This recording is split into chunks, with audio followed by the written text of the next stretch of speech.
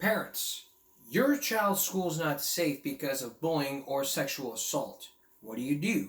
Do you fight the school board? Do you fight the school board with your voice and words, or do you hire an attorney to file a lawsuit and hence to slap them and say, "Hey, do better next time"?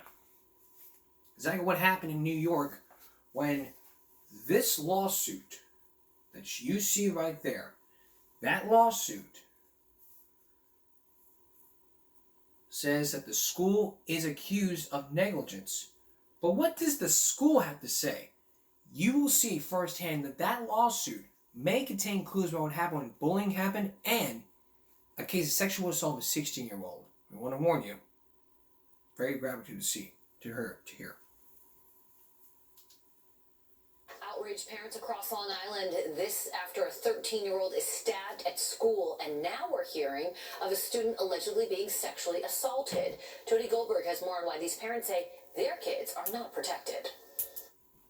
She just lives in a world of fear and paranoia now. Latasha Bennett filed a lawsuit against the Central Islip School District on behalf of her 16-year-old daughter, whose identity we're protecting. She's been bullied by groups of girls that follow her home. Bennett says it's been going on since middle school. At one point, a staff member was assigned by the district to make sure her daughter was safe. However, she was anything but back in October when she was sexually assaulted by a known groper. The family's attorney, who calls the incident a clear case of negligence, says the district tried to cover it up and never called police. The district, for their part, isn't commenting. The administrator came in and said to her, "I don't want you to tell your mom about this. If you do, or if you touch your phone, you're going to be suspended." The family ended up filing a police report and said the student was arrested and sent to night school, but he's expected to return to the building next week. They told me that they spoke to the boy, that they tried to hush me. Bennett plans to keep her daughter home until the district can guarantee her safety.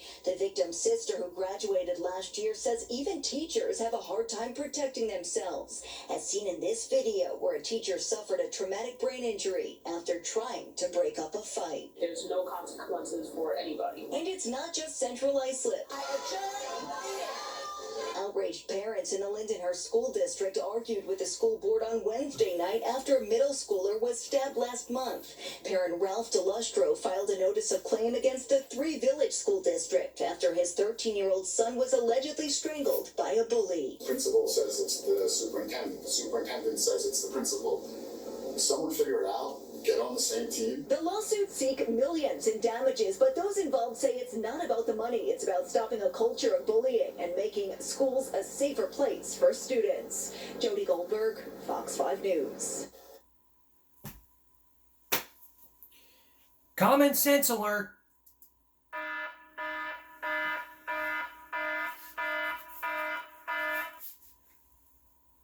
Schools need to be such a safer place. That's why we have attorneys. That's why lawsuits are happening. Yes, if you're at your breaking point, you need to file a lawsuit. And people saying that school districts are covering it up, sweeping it on the rug, threatening suspension.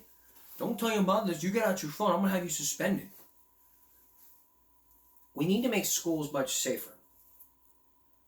When you go into school, the number one question you need to ask, how safe is it?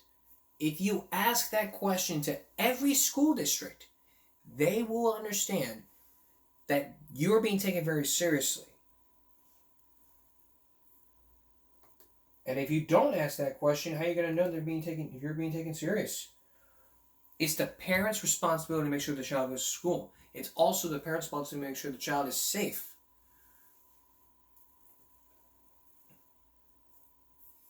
And for them to sweep it under the carpet, let's look at that phrase again, sweep it under the rug. The meaning of this, according to Google, is to hide. To hide something that's illegal or wrong. Do nothing about it, that's doing something wrong. You need to do something about it. Night school, that's an alternative. Suspension, that's good.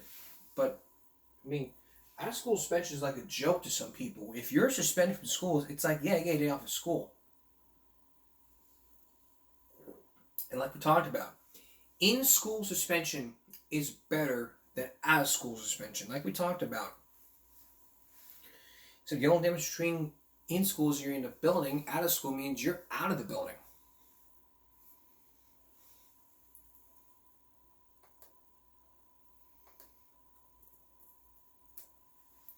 But when you're dealing with people who, the schools have got to be tough when it comes to school safety. Every school district has to be tough. Period. There ain't no wimps. We ain't gonna have no wimpy school district saying we can't do anything about it because we don't have the money and resources. You do have money and resources. Hire security. Hire off-duty police officers. Do whatever it takes to make sure that the school that the child is going to is safe. If you do that, you can make the school and the community a great, safe place to live.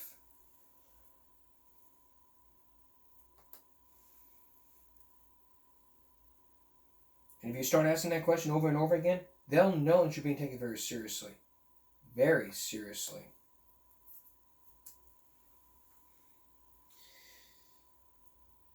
Okay. Still to come, the saga of Chris McCandless. What was he thinking when he headed west? Rejecting his privileged life and his own. And the story of one woman, an energetic woman whose message is, let the kids be kids. Stay with us. Now an issue about in vitro fertilization. Every year, about 30,000 babies are born in this country every year, thanks to this type of birth. It's estimated there are 80 or 90,000 sperm banks nationwide. It's hard to come up with an estimate number. But things are clear that mistakes can be made, especially when the wrong sperm is being ingested. Tonight, you're going to meet two people who had this kind of experience. They sued for over $250,000 after this person was injected with the wrong sperm.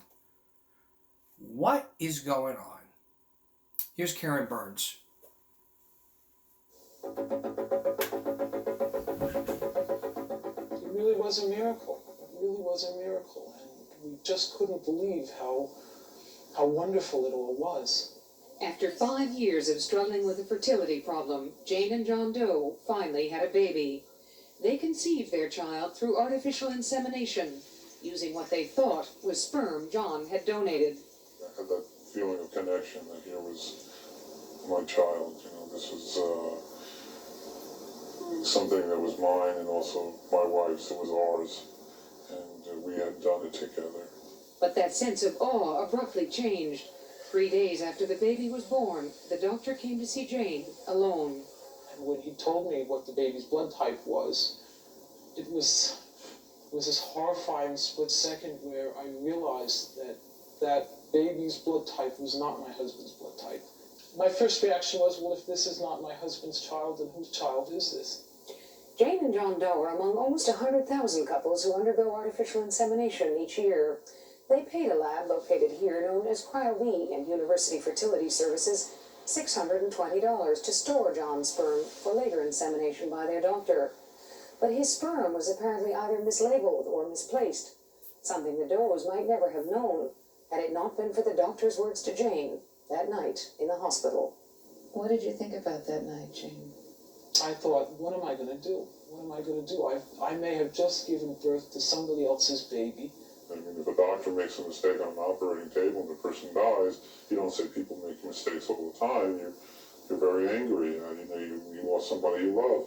Well, in a sense, I lost somebody. I lost someone I never got to know. My own child, my own biological child. Joining us now, the couple we are calling John and Jane Doe. Once again, they are in disguise. Also, Dr. Jerome Sherman, who discovered the method for freezing sperm for artificial insemination in 1951. Dr. Sherman joins us from the University of Arkansas School for Medical Sciences, where he is a professor. Dr. Sherman, do you believe that if we had strong national regulation, we could avoid the kind of mistakes that we've just seen? I'm afraid not. Why not? Because the incident is a result of human error. We have excellent federal regulation of aircraft, and unfortunately we have human error and we have terrible accidents. We have federal regulation of banks, and unfortunately there are mistakes that are made, and accounts are, errors are made in the accounts. The regulation, unfortunately, will not stop this human error. John and Jane Doe, let me ask you whether you, I know that you disagree with Dr. Sherman, but what's your point? Well, is that an argument that aircraft should not be regulated, or banks should not be regulated? Oh, no, don't misunderstand me. The banks should be regulated, and I would say that the American Association of Tissue Banks has excellent standards.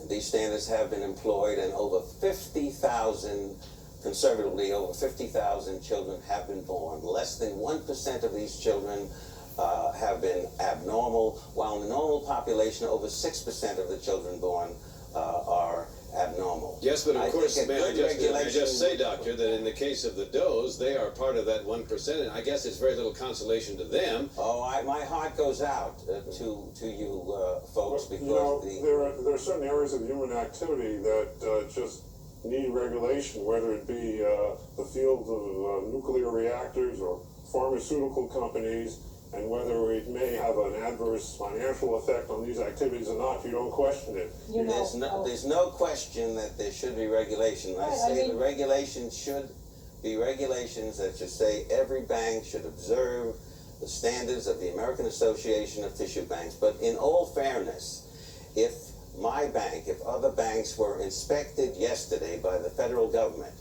and found that everything is in perfect condition, everything is followed just the way it should be followed, it is still possible to make mistakes. It is still possible for human error to occur. And when this does occur, tragedies do ensue. All right, we have laid out the arguments here. We're not going to be able to settle it tonight, but I have a final question for John and Jane Doe. Are you going to tell your child the truth eventually about the parentage? Yes, eventually, but not until that child has passed adolescence, which means we are going to be in disguise for 20 years or so. And at the time, if the child then decides that the child wishes to go public or even private, since nobody knows about this, then it will be up to the child. But, you know, going back for one moment, though, to this regulation thing, you know, this is not like you go to a restaurant, you sit down, you order a hamburger, and, you know, there are certain regulations. Now, if you're going to regulate money in a bank and food in a restaurant, I really think that they should pay particular attention to human life. You're not only talking about our life, you're talking about the life of our child, and something that will go into generations and generations. Right. Thank you very much. Thank you very much, the Does, and Dr. Sherman, for joining us tonight to talk about these errors and perhaps what can and cannot be done about them. That brings us to our common sense alert. Wait a minute. Hold on a second. There we go. Common sense alert.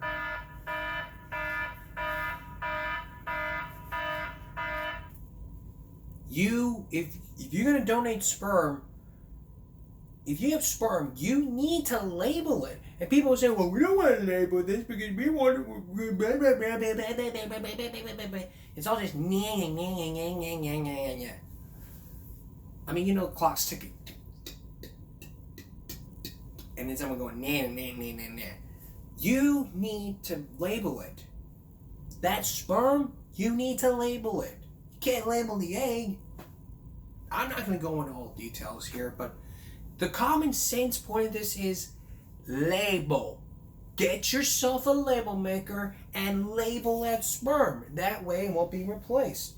There's the common sense.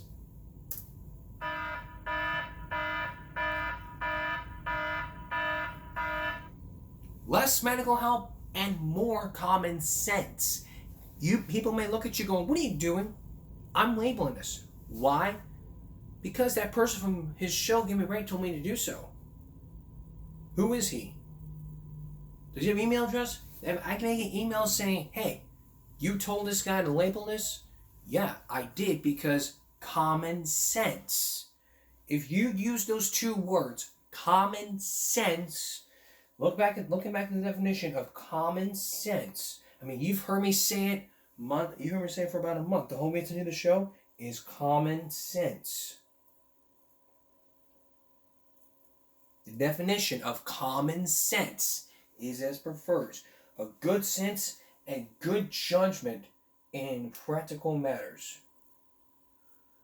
Common sense is sound, particular judgment concerning everyday matters or basic ability to perceive, understand, and judge in a manner that is shared by nearly all people. The everyday understanding of common sense derives from historical, philosophical discussion involving several European languages. There's your common sense. That's common sense for you. Label it, that way you won't be making those mistakes, and then you won't be sued. Hadn't that happened, then I would have showed you this video. The saga of Chris McCandless. Coming up next, you're going to hear from the family of Chris McCandless, and you'll meet the private investigator. And simple answer to the question, what was he thinking when he headed west? Stay with us. You may remember some time ago, we focused on army teachers. Not in the federal program, but Ohio. Because in Ohio, school districts are struggling with the increased school shootings. There's a divide on how to keep schools safer. Under a new law passed last year, Ohio teachers can now carry guns in school under certain restrictions, and now a Central Ohio school is arming its teachers. It's the River Valley School District. They believe that training allowing their teachers to carry guns will make their schools safer. Last January, the district sent a letter to parents and staff, a resolution allowing teachers to carry guns. According to the letter, the superintendent says the schools will no longer be soft targets, and response times can only be minutes away. And everyone agrees. One parent who didn't want to be identified says she's not comfortable with guns being in the classroom. But while the ban on teachers carrying guns divides communities, no one wants to see another school shooting. So there is the common sense. So again, common sense alert.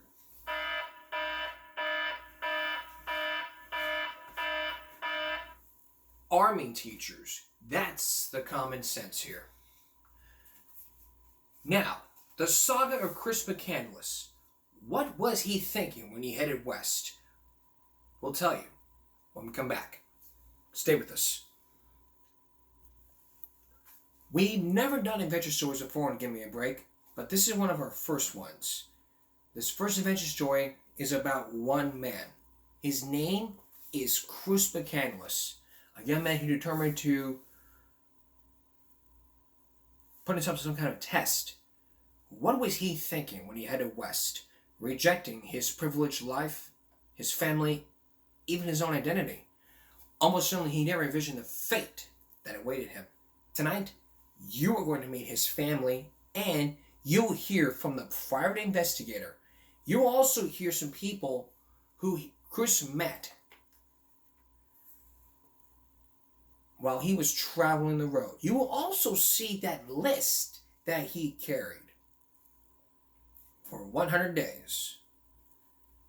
Will we know more about Chris McCandless years from now? Here's Tom Jarrell.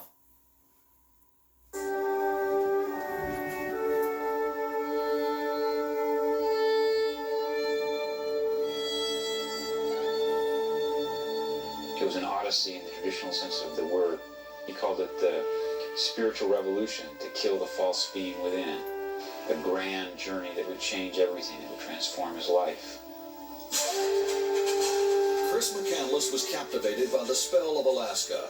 Rugged, wild, challenging. At age 22, he was itching for a romantic adventure. A chance to live like his hero, novelist Jack London, who penned The Call of the Wild. Alaska, where the northern lights stir that yearning for adventure which can haunt a young man. Outside magazine editor John Krakauer was also drawn to Alaska in his youth. As an author, he wrote a book about McCandless called Into the Wild. But when a young person is moved by this sort of passion and feels that it feels compelled to go on this sort of quest, I think you have to let him.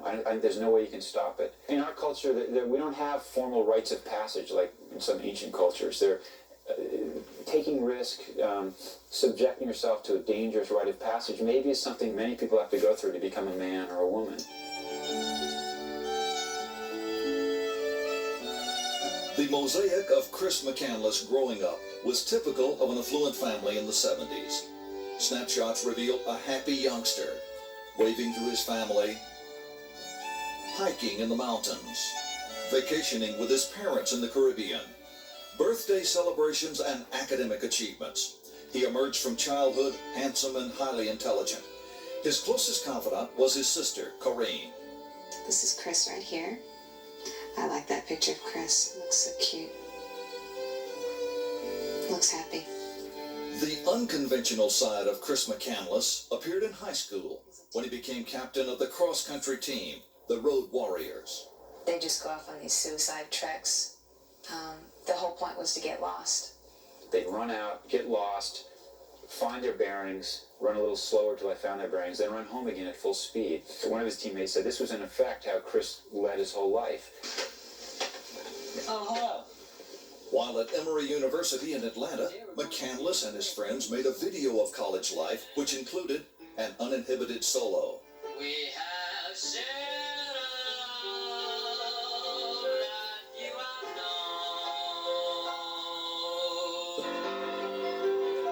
He graduated with honors in May of 1990. He had achieved. His future was assured. When, at the party his parents threw, Chris announced he was going to drop out of sight for a while. He explained he needed to quench a thirst for adventure.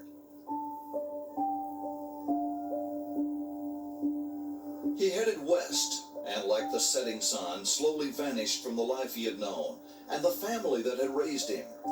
McCandless was transformed, a nomad with a new life and a new name, Alexander Supertramp. He aspired to be a super tramp, wandering the world, hanging out with bums and drifters, living on nothing but his wits. And for 2 years he did that, wandering around the West. One of his favorite songs was Roger Miller's King of the Roads. Ups and downs, times where he was feeling very alone. But then there were days where he was so elated and overjoyed and felt great. Within months, the letters and calls home petered out. His parents were distraught. Their son had rejected them and their lifestyle. He just wanted to go from adventure to adventure and experience life fully. He wasn't after security. He wasn't after the house, the kids, the car. My parents were concerned, as any parent would be, that they hadn't heard from their son in so long. And they basically just wanted to know that he was all right and he was still alive. And so they hired a private investigator. The investigator's search reached as far as Europe and South Africa, but Alex Supertramp was just cruising through the West. Some disturbing clues surfaced. The family was shocked to learn Chris had donated all of his money, over $24,000, to famine relief. But the Supertramp had vanished. And this really freaked them out because they realized he was trying to not be found. They got really worried then. They they contacted the police, missing person stuff. None of it turned up anything. Years later, John Krakauer retraced Chris McCandless's journey. He learned that when Chris had arrived at Lake Mead, California, he was caught in a flash flood and forced to abandon his car. He took out the last money in his wallet, $123, put it in a little pile in the sand, lit it on fire, took a picture of it. What was the significance in giving away his remaining funds and then burning even his pocket money? Chris thought money was inherently evil. He thought nothing good came of it. You didn't need it. It was corrupting. It made you cautious and greedy and overly concerned about the wrong thing. Alongside a remote highway in November of 1990, Wayne Westerberg picked up a thin young man who was hitching a ride. Turns out he hadn't eaten in a couple days. He kind of ran out of his potatoes and whatever else, and he ate quite a meal there. He was like sleeping at the table there before we hardly got done.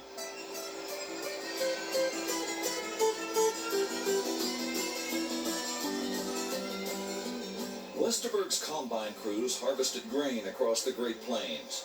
He offered Alex Supertramp a job in Westerberg's hometown, Carthage, South Dakota, population 247. Here, the lonely traveler discovered a friendly community and briefly took root. Alex Supertramp had found a new surrogate family. From then on, he gave Carthage as his home address. As the time came for him to leave to Alaska, you asked him to stay, to work a little longer. You offered him an airline ticket. Why do you think he didn't take it? Went back to the thumb and hitchhiking and the rails. Well, that was part of it to him. I mean, you couldn't do half the adventure without having the whole thing. Part of the whole thing was making the whole trip all the way to Alaska by foot, rail. The long-anticipated Alaskan Odyssey was underway. Westerberg received a postcard dated April 27, 1992. For the first time, Alex conveyed concern at the danger of venturing into the Alaskan outback. It read in part, "If this adventure proves fatal and you don't ever hear from me again, I want you to know you're a great man. I now walk into the wild." The fantasy was becoming reality. So it was. But will Alex ever make it? But will Alex or the real name, Chris McCandless, make it into Alaska with no money in his pocket? No money. When we come back, the gripping conclusion to this story. Tom Jarrell looks into this and asks the question, will he survive? Stay with us. Now the conclusion to our story. Chris McCandless, or Alex Supertramp, has left his hometown, quitting for an adventure. So far, this took him to one place where one man offered him a job. Now remember, he burned all of his money, over $20,000. He donated $24,000. Then he burned the last of his pocket money. But will the adventure ever continue, or will he cry to his parents to come home? Once again, Tom Jarrell. Electrician Jim Gallion picked Alex up hitchhiking on the road between Fairbanks and Anchorage. He says he knew right away the young man was in over his head. When I found out he didn't have any boots, I told him he could use mine. Just give me a call when he came out of the woods, get him back to me. He said he didn't want to see anybody. In fact, he gave me his watch. He had a comb. He had about 85 cents in change. And he just threw it on the dash of my truck, threw the map down. Didn't want to know what day it was, what time it was, or where he was. Gallion dropped Alex off on an abandoned mining road called the Stampede Trail and snapped a photograph. It was the end of April 1992, and Alex Supertramp marched into the wild wearing a stranger's boots. The adventure of his life was unfolding. He was enjoying himself. He had to do the ultimate test, and anything less than that wouldn't have cut the mustard. After a couple of days, he came to a river, Tecmanica, which at the time, because things were still pretty well frozen up, was only about knee-deep. It was cold, but he just waded across. On the third day, he caught a glimpse of America's highest peak, Denali, away to the south. 4 days in, he found this bus, called it the Magic Bus. The bus, a junker from Fairbanks left for hunters, was 28 miles from the main road. It was outfitted with a stove and a bed. Alex's backpack was only half full, carrying 10 pounds of rice, a .22 caliber rifle, some ammunition, and paperback books. He was determined to live off the land. There's plenty of wild game, from birds of prey circling overhead to moose and brown bear. In this primitive land, the hunters often become the hunted. In the spring, there's also a natural bounty of edible wild plants. Alex became philosophical. His Declaration of Independent Life was inscribed on the bus. Ultimate freedom, an extremist, an aesthetic voyager whose home is the road. He flees and walks alone upon the land to become lost in the wild.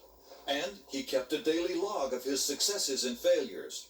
Posing with the game he caught, he snapped self-portraits. Living off the land is a full-time job. I mean, he basically spent most of every day gathering berries and mushrooms and Eskimo potato, hunting small game. He shot a lot of porcupines, squirrels, grouse, ptarmigan.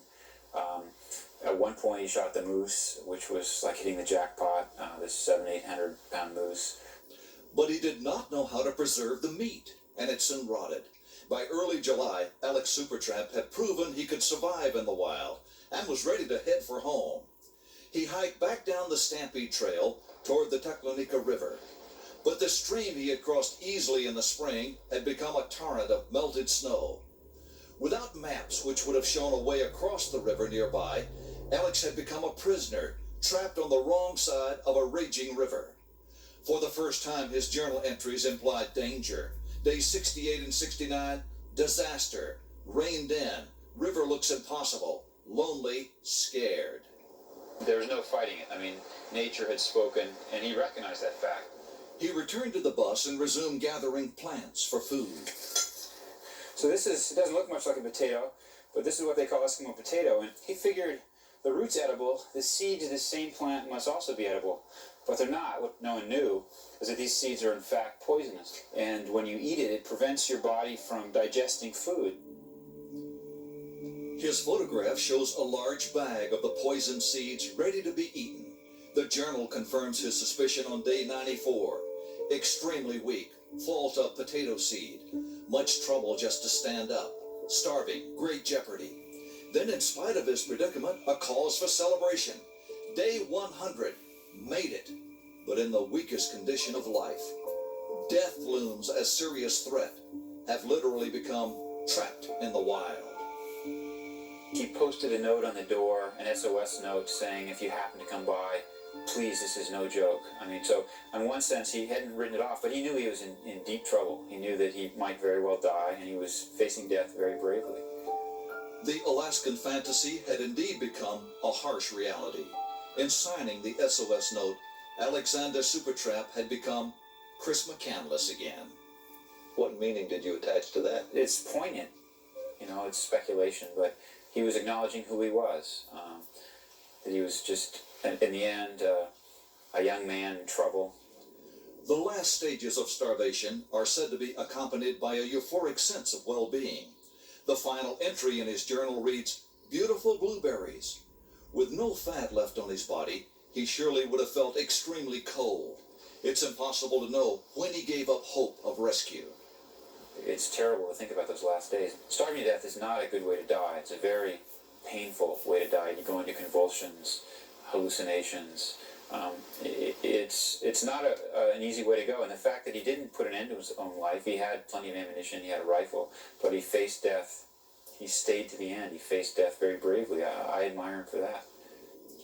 On August 18th, 1992, Christopher McCandless died, wrapped in the sleeping bag his mother had sewn for him. His boots stood by the stove. He had survived 113 days in the wilderness. 19 days later, 6 Alaskans happened to cross the bus and discovered the body. It weighed 67 pounds. This is the bed where he slept. It's eerie, almost as if it's frozen in time. Just 10 months later, his parents, Billy and Walt McCandless, visited the bus. Billy came in first. She sat here. She looked at Chris's clothing, his belongings, fingered them, pressed them to her face. You could still smell Chris, she said. They brought up small brass plaque, which Walt installed over here, honoring their son. Billy left a bouquet of flowers.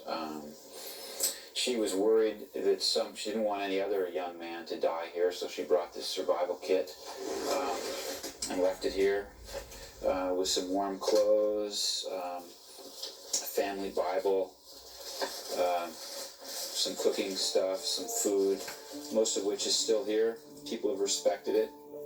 And there was a last message found in the bus. It was carefully printed in block letters. I have had a happy life and thank the Lord. Goodbye, and may God bless all.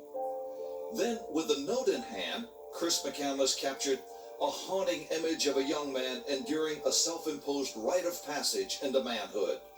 He was alone, starving, beyond desperation, aware death was near. He looks terribly gaunt and emaciated. He looks like a concentration camp victim. But he has this amazing look of serenity in his eyes. He was at peace in a very real sense.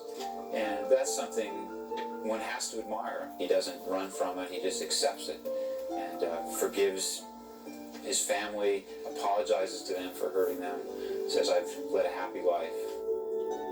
No regrets. Chris McCandless was 24 years old when his odyssey ended in the Alaskan wilderness. If I had to bet my life on whether my brother was happy on the day that he died, I would tell you that he was. Now, he wasn't happy to be dying, but he was happy that he did everything in his life that he possibly could to live his life, not just be alive. He got more out of his 24 years than most people get if they live to be 90.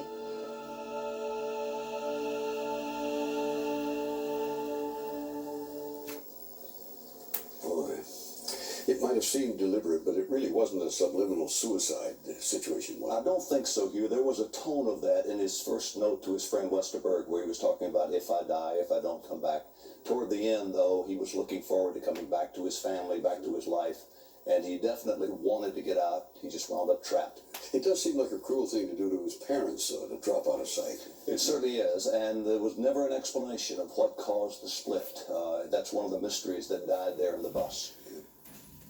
And the mystery is still going on. Okay.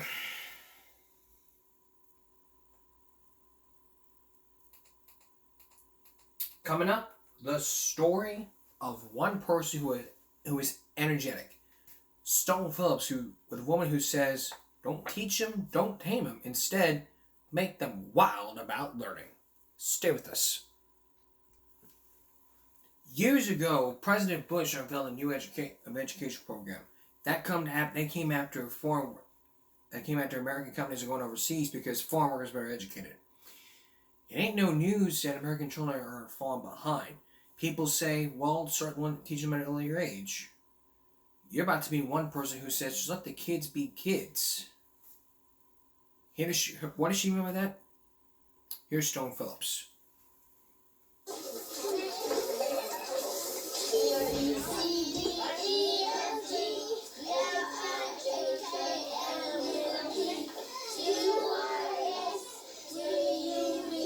Looking at the preschoolers in this California classroom, you say to yourself, now this is the kind of place where kids can really learn. It's quiet. 1:30. They can think. Put it on the shelf. It's organized. Okay, boys and girls, let's go line up so we can have lunch. And so neat. Go wash your hands, Fred. And the kids? That's enough, Barry. Well, it's hard to believe these are 4-year-olds. They do exactly what they're told. They know the rules, and they follow them.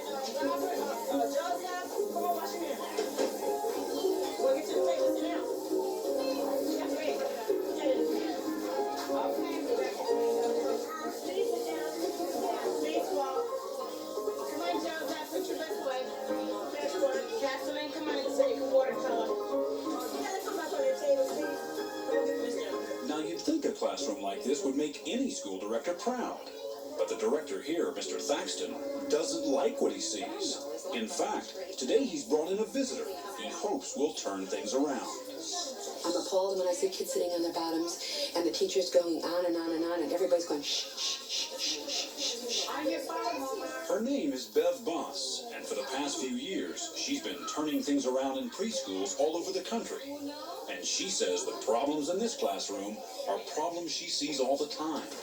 Kids having to stand in line way too long. Teachers doing things for kids that they don't need to do for them. Kids not excited. There's no zest or passion. We have enough color by number people. We want people who can think, because those kids are going to write the new computer programs. Those are the kids who are going to solve the environmental issues. Those are the kids who are always going to look for a different way to do something. Okay, when you finish drawing your picture. Boss says these 4-year-olds ought to be yelling and running around. There ought to be fewer rules and more play. It ought to look more like this.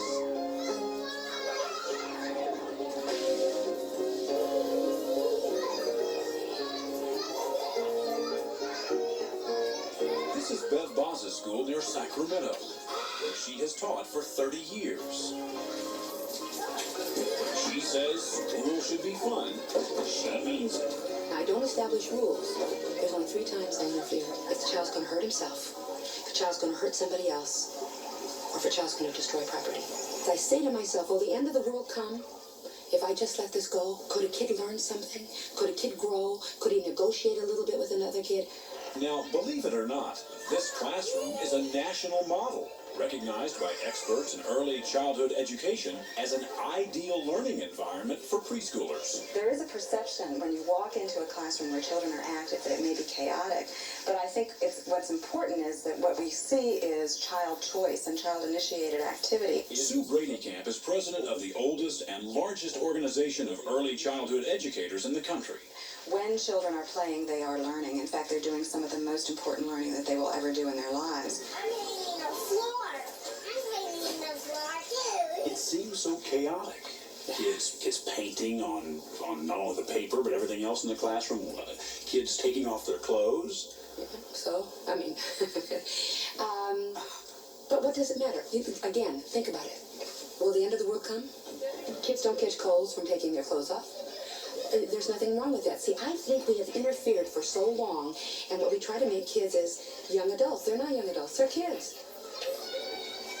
Blowing bubbles every day? Every day. Is that a learning experience? Well, how come a bubble's always round? Obviously, I didn't learn the lesson. I needed a few more bubbles in my Even if you use a square thing, it's air pressure, and kids just seeing that and just doing that, even if they never learned anything from it, just a sense of joy when you see those kids chasing those bubbles. What difference does it make? What about those who say preschool should be just that? Preschool. Letters, numbers are important. Well, we should never have started to call it preschool. What we did was we kind of set ourselves up for criticism because we said we're getting ready for school. But let me tell you, you can't get kids ready for school. You got to get schools ready for children. Helping schools get ready for children has practically become a full-time job for Bev Boss and her assistant. Until way into the fall of '92. Her calendar's booked till 1993. She's on the road every week, called on constantly by teachers and preschool directors across the country for speaking engagements, seminars, and workshops. Some say she's a modern-day Johnny Appleseed, who comes to town with her box of ideas to teach the teachers, spreading seeds of inspiration wherever she goes. If anybody doesn't have a toothpick and a piece of wire, anybody in this room, At this seminar, it started with some toothpicks and a little wire. wrap it around the toothpick down low, just once, just wrap it around. You will find a place where it balances, and it'll balance no matter where you put it. You can put it on your tongue, you can put it on your nose, you can put it any place you want to, and the darn thing will stay there. You can put it on your finger. And for these teachers, it ended up as a lesson in what Bev Boss considers the basics. And they're not reading, writing, and arithmetic. Look at hers. Look at hers. The basics are number one wonder, wanting to know everything on this planet. Look at you people with this toothpick and this wire. I mean, you've just gone nuts, wanting to know. Everybody's saying, that's good, that's what I want. Discovery. From 0 to forever, you don't learn much till your bottom. Again, you gotta discover it, you gotta do it yourself. Experience. Experience is not the best teacher, I think it's the only teacher. Put them on your ears. And anything that will heighten experience for the child, Boz will use, no matter how silly. Hands, hook them on. Look at this. Ooh. When you take a kid on a nature walk, you gotta have ears like this. Boz has hundreds of ideas to help teachers make learning more fun for kids. But what she encourages most of all is for teachers to lighten up. Head, shoulders, knees and toes, knees and toes. Head, shoulders, knees and toes, knees and toes. Eyes and ears, mouth and nose. Is she doing and saying the right things? Definitely. Is she a radical? Actually, no. In some ways, she's a conservative because the kinds of things that she's advocating are what early childhood educators have known to be best practices for more than 100 years. One of those practices is what experts call age-appropriate learning. It's making sure that what kids do in the classroom is geared to their stage of physical and mental development.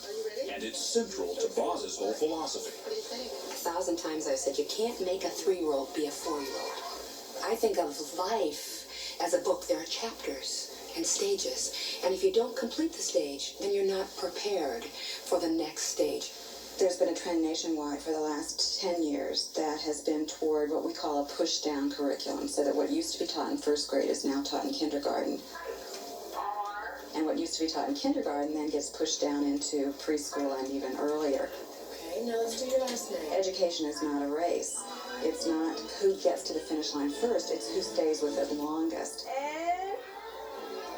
This is the creme de la creme preschool in Houston. Here, preschoolers take foreign language and computers. They start learning their letters at age 2. And by the time they leave for kindergarten, most can read. Mommy, you want mommy? Mommy. Roberta Babb is the director. I really get upset with people who say, well, children shouldn't learn to read until they're in first grade. Just wait till they're 7 years old. But they ought to have the opportunity to decide if they want to do it. It ought to be there for them. They shouldn't wait until they get into first grade. By the time they're in first grade, it's too late. Not dealing with. But Boz says spending years teaching preschoolers to read is inappropriate and a waste of time. Let me tell you how long it takes to teach a kid how to read. Let me tell you, if the child is ready, if their vision is ready, if they're ready, it takes 24 hours. 24 one-hour sessions to teach a kid how to read. If they're not ready, you've set them up for failure, they don't feel good about it, it takes a lifetime and they never love it. And you know what they read? They read the newspaper, they might read the Time magazine, but they never read the novel, they never read with passion. No, they're giggling. Earlier is not better. It says, the big elephant makes big poop. Look at this. Boz says at age 4, kids shouldn't be learning to read. We should be reading to them. And the little mouse makes Little poo. yeah. You welcome interruptions. Where is the snake's bottom? You know, I never see kids asking questions with interruptions. That's kids entering the learning process. See, I see teachers flinch when kids interrupt. If they don't interrupt, I think there's something terribly wrong. But interrupting's rude. Life is a conversation. If you stayed on the first page for the whole story time, it would be okay, because that's what the child was interested in. It's not getting to the end of the book that matters at all. So what does matter? What are the crucial lessons for preschoolers according to Bev Boz? Boz believes one reason many of our kids fail is that preschools spend too much time on letters and numbers instead of social skills. Kids have to be social by 6. If they're not social by 6, what happens to kids, if they don't know how to give and take, if they don't know how to negotiate, if they don't know how to make friends, fight, go back to that friend, what happens is that other kids push them away. Then the kid gets pushed away by the teacher. Then what happens? It gets pushed away by the principal. And then all of society pushes them away. Whether we survive or not on this planet depends on how we socialize. Boz says the other reason kids fail is that we're afraid to let them take risks. One of the number one conditions for self-esteem is risk. And we just take it away. We're afraid that a kid's going to get hurt. We're going to get sued. I'm going to be in trouble. A mother asked me... Those are real problems in the real world. Yeah. Getting sued, You know what? getting hurt. Guess what? Our kids risk probably 100 times a day in our school. And you know that nobody in our school's ever had stitches? How do you ever find out what you can do if you never risk? Developing a self or a sense of yourself. What they find out from taking that risk is that they can do that. That challenge. I can do this. If you're right. I am. If in fact you are right. How have we missed the boat so badly? I don't know, and I think about that a lot. I only know it isn't working. We need to take everything we do at an early childhood level and move it up into the public schools and into all schools, where the kids walk in the door and they're excited and they're passionate and they have a zest for learning. Then we're going to have quality education. It is possible. It is possible. I had lunch with you, didn't I? We sat at the same table. And above all, life ought to be fun. All life ought to be fun for kids. I smell like cookies, it's true.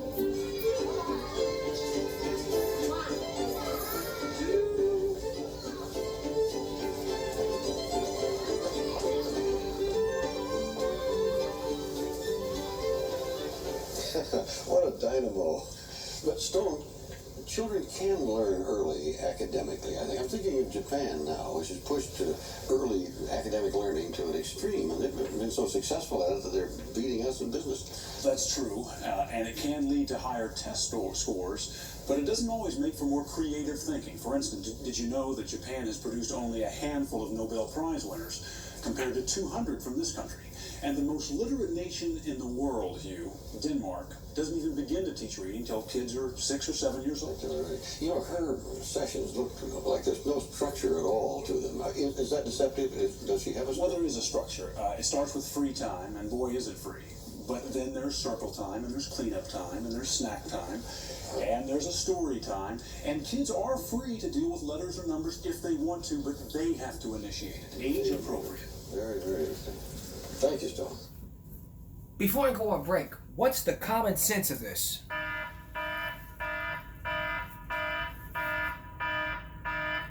I'll explain that along with our viral break next. Stay with us. Now, we've just seen Bev Boss and her opinions about preschool. Why we never should have called it preschool, and why other preschoolers say letters and numbers should be important. But what's the common sense of this? I have to agree with Bev Boss. The common sense of this is you need to teach social skills by age 6. If you don't do that, they're not going to learn how to socialize, make friends, negotiate, make deals, etc.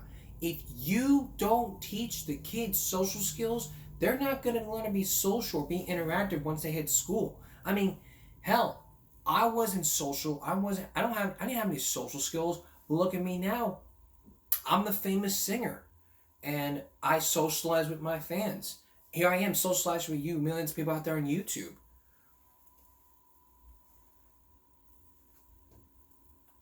So surprise, surprise, suckers. Now it's time for viral break. If you thought that kid who wanted bacon jalapeno mac and cheese was such a dynamite, wait till you see this one. This had 74,000 views. Just 4 years ago, some crazy women was raising hell at a Sears here in Texas. And what happened next? When that camera started rolling, would have any child covering their ears. Take a look. Man, goddammit, don't you laugh at me. My money back. Yes, you are. Me. It goes to your debit card directly. It won't let us. Yeah, and it's already out of my account, and I can show you that you've already taken my money. So you need to give me my cash. And if I end up on YouTube, I will personally sue your ass. I'm just talking money. Give it back and give me my fucking receipt, bitch. I'm not laughing, man. Yes, you are. You want me to show you on my phone that you are? Please. That you are what? Laughing?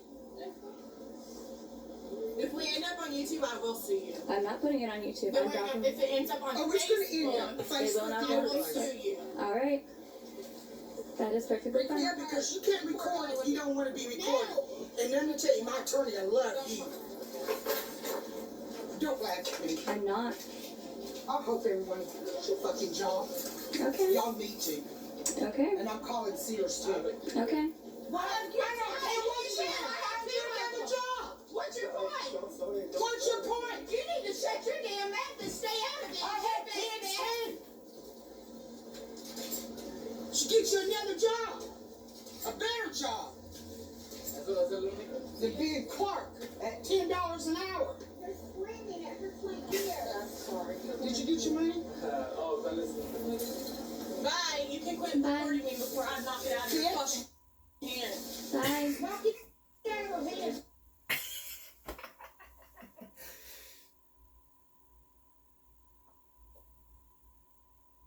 Alright. Common sense alert.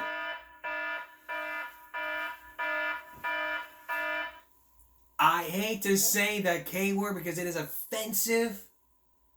But I gotta say, we got a threesome of Karens. Sorry for saying it. But we got a threesome of Karens. You know what? You don't act like that in the store. You don't act like that. You're acting like kids. You want to act like that? Get out. If I saw that happening, I'd freaking want to run for my life here. I'd rather run for my life than hear this. I would rather jump. If I saw that happen, I would rather jump over the counter and body slam them than hear that crap. I'd rather be riding up and down the escalator while recording those three women arguing at Sears. Hell, I'd rather drink moose poop while unclogging a toilet with my bare hands. Trust me, you don't want to go there. Sears. They closed down, but don't you laugh at me. Wow. This is a very relevant with over 70,000 views on YouTube. But if I was Steve Urkel, I would just say, get out of my studio. That's what I would say. Well, coming up on Monday, a dinosaur named Sue. You're going to meet one person who spent his whole life digging up fossils. It was the fun of a lifetime when he was a kid. But now he could wind up in jail. The story of a dinosaur named Sue. That's on Monday. That's it for Give Me a Break Saturday going to Sunday. We will see you again for Give Me a Break Monday.